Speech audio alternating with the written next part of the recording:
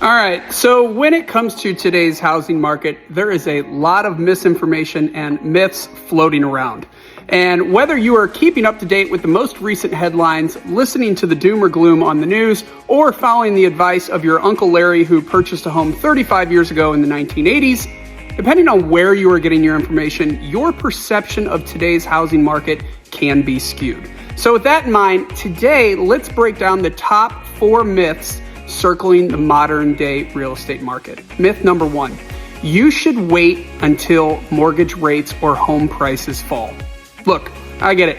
Mortgage rates are higher than they were just a few years ago. And I understand home prices and home appreciation has skyrocketed over the past couple of years. And while all of this is true, let's step back for a second and examine why it is not a good idea to wait for mortgage rates and home prices to drop.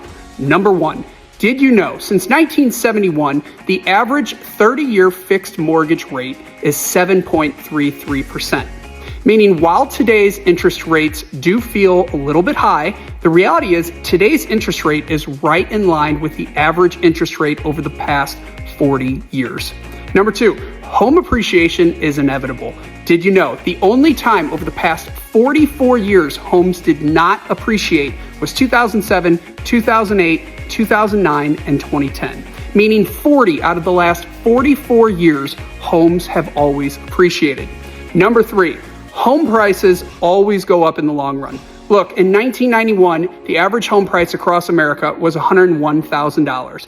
Fast forward 15 years later, and in 2006, the average home price nationwide was $226,000. Jump ahead another 15 years, and in 2021, the average home price in the US was $351,000. And now in 2024, the average home price is just under $385,000.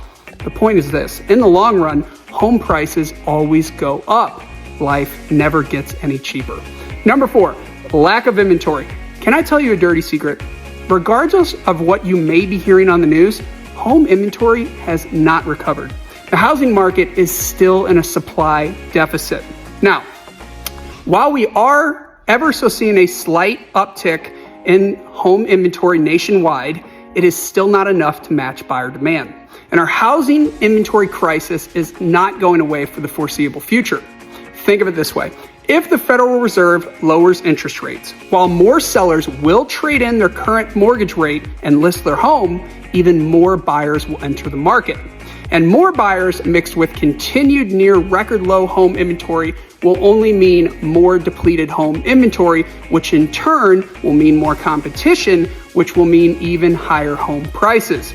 And on the other side of the coin, if the Federal Reserve continues to raise the interest rate, our home inventory nightmare will only get worse, as even less homeowners will opt to trade in their current mortgage rate for a higher interest rate. And while higher interest rates will lessen buyer demand, we will have less sellers, equaling a continued inventory issue, leaving us all in the same position we are in now here in 2024, with higher interest rates and still massive competition for each and every home that hits the market. In short, if you are waiting on mortgage rates and lower home prices, prepare yourself. It's going to be a while. Myth number 2, I will get a better deal once home prices crash. Well, this coincides perfectly with what we just talked about. While it may seem you may get a better deal when home prices crash, the reality is a crash would actually have to happen first. And that is highly unlikely because unlike 2008, lending practices aren't what they used to be. Today's lenders are not sacrificing the future for today's short-term gain like they were back in 2008. And these stricter lending practices mean buyers are more qualified today than ever before.